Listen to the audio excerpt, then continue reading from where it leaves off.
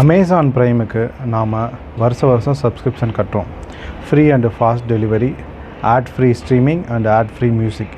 இதுதான் நாம் அவங்கக்கிட்ட போட்ட டீல். ஆனால் சமீப காலமாக அமேசான் நமக்கு தெரியாமலேயே நம்ம அக்கௌண்ட்டில் ப்ரைமில் இருந்து அன்ப்ரைமுக்கு டவுன்கிரேட் பண்ணிட்டாங்க. இதை நீங்கள் கவனிச்சிங்களா? செக் அவுட் பேஜில் பார்த்தா ஏகப்பட்ட எக்ஸ்ட்ரா சார்ஜஸ். இது ப்ரைம் மெம்பராக இருக்கிற நமக்கே நடக்குது. 1 2 இல்லை, 5 முக்கியமான விஷயங்கள் சத்தமில்லாமல் மாறி இருக்கு. நம்பர் 1, ப்ரைம் வீடியோவில் இப்போ ஆட்ஸ் வர ஆரம்பிச்சிருச்சு. ஆட் ஃப்ரீ வேணும்னா இப்போது எக்ஸ்ட்ரா ஆட் ஆன் பண்ணணும். நம்பர் 2, நம்ம வீட்டில் இருக்கிற அலெக்ஸா ஸ்மார்ட் ஸ்பீக்கர் அப்போது ரேடியோ மாதிரி கமர்ஷியல்ஸ் ஆட் ப்ளே பண்ணுது. நம்பர் 3, ஓப்பன் பாக்ஸ் இன்ஸ்பெக்ஷன் ஃபீ அப்படின்னு ஒன்று கொண்டு வந்துட்டாங்க.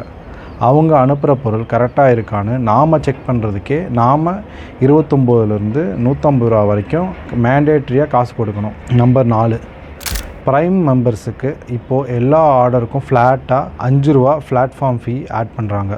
5வது, ஜூலை 2026 அமேசான் மியூசிக்லேயும் ஆட்ஸ் கொண்டு வந்துட்டாங்க. ஆஃப்லைன் டவுன்லோட்ஸை தூக்கிட்டாங்க.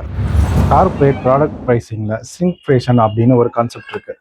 இந்த பிஸ்கட் பாக்கெட்டை பார்த்துருக்கீங்களா? இது மாதிரி பார்லேஜி பிஸ்கட் பாக்கெட்டு 10 ரூபா பாக்கெட்டோட விலை பல வருஷமாக அப்படியே தான் இருக்கும். இன்ஃப்ளேஷன், அதாவது பணவீக்கம் அதிகமாகும் போது ப்ராடக்ட் காஸ்ட் அதிகமாகும்.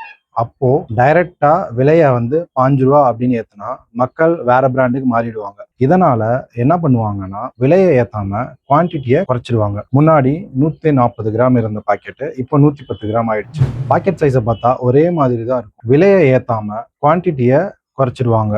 இதுக்கு பேர் தான் ஸ்ட்ரிங்க்ஃப்ளேஷன். கட் பண்றாங்க. டெக் உலகத்துல இதுக்கு ஒரு பேர் இருக்கு, என்ஷிஃப்டிஃபிகேஷன். முதல்ல நிறைய சப்சிடிஸ் கொடுத்து யூசர்ஸை உள்ள கொண்டு வருவாங்க. மார்க்கெட்ல காம்படிஷன் செத்த பிறகு யூசர்கிட்டையும் காசு பிடுங்குவாங்க, அட்வர்டைசர்கிட்டையும் காசு பிடுங்குவாங்க. இப்போ இந்தியாவில் பாஸ்வேர்ட் ஷேரிங்கை மொத்தமாக பிளாக் பண்ணிட்டாங்க.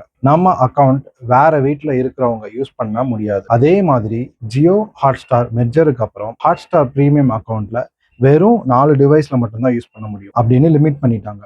இதுக்கு பின்னணி என்னன்னா, growth ஃபேஸ் முடிஞ்சிருச்சு. இத்தனை வருஷமா கஸ்டமர் அக்வைசேஷனுக்காக பணத்தை எரிச்சாங்க. இப்போ மார்க்கெட் மெச்சூர் ஆனதுக்கு அப்புறம் அவங்க அடுத்த ஃபேஸான மானிட்டைசேஷன் ஃபேஸுக்கு மாற வேண்டிய கட்டாயத்தில் இருக்காங்க. growth ஃபேஸ் முடிஞ்சிருச்சு, லாபம் பார்க்குறாங்கன்னே வச்சுக்குவோம்.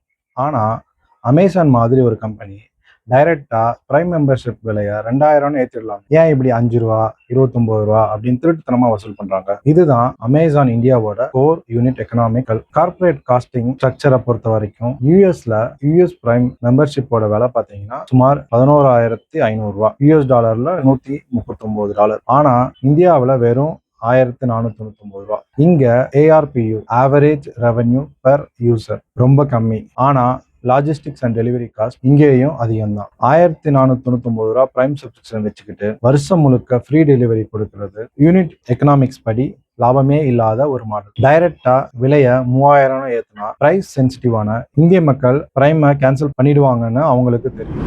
அதனால தான் அவங்களோட மார்ஜினை காப்பாத்திக்க 5 ரூபா பிளாட்ஃபார்ம் ஃபீ, 149 ரூபா இன்ஸ்பெக்ஷன் ஃபீ அப்படின்னு டிரான்சாக்ஷன் பேசிஸ்ல வசூல் பண்றாங்க. அமேசான் பெரிய ஆபத்து நெருங்கிக்கிட்டு இருக்கு. ஒரு கம்பெனி தன்னோட கோர் இனோவேஷனை விட்டுட்டு இப்படி ஹிடன் ஃபீஸ் மூலமா லாபம் பார்க்க நினைச்சாங்கன்னா அவங்களோட மோட் வீக் ஆகுதுன்னு அர்த்தம். ஏன்னா இப்போ ஜெப்டோ, பிளிங்கிட் மாதிரி குவிக் காமர்ஸ் பிளாட்ஃபார்ம்ஸ் வந்துடுச்சு.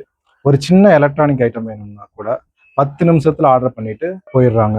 அமேசானுக்காக 2 நாள் வெயிட் பண்றது இல்லை. பெரிய பொருட்களுக்கு D2C, டைரக்ட் டு கஸ்டமர் பிராண்டோட வெப்சைட்லயே மக்கள் வாங்க ஆரம்பிச்சிட்டாங்க. அமேசான் தன்னுடைய பலமான கஸ்டமர் ஒப்சஷனை விட்டுட்டு இப்படி ஷார்ட் டேர்ம் மார்ஜினுக்காக மைக்ரோ ஃப்ரீஸ் கலெக்ட் பண்ண ஆரம்பிச்சாங்க.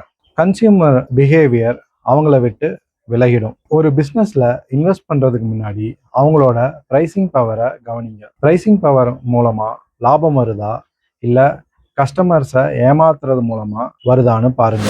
நீங்க என்ன நினைக்கிறீங்க? அமேசான் உங்களை ஏமாத்துறதா தோணுதா? கமெண்ட்ஸ்ல சொல்லுங்க. பிஸ்னஸ் ஸ்ட்ராட்டஜியை புரிஞ்சு இன்வெஸ்ட் பண்ணுங்க. Think durable, think துரன்சா.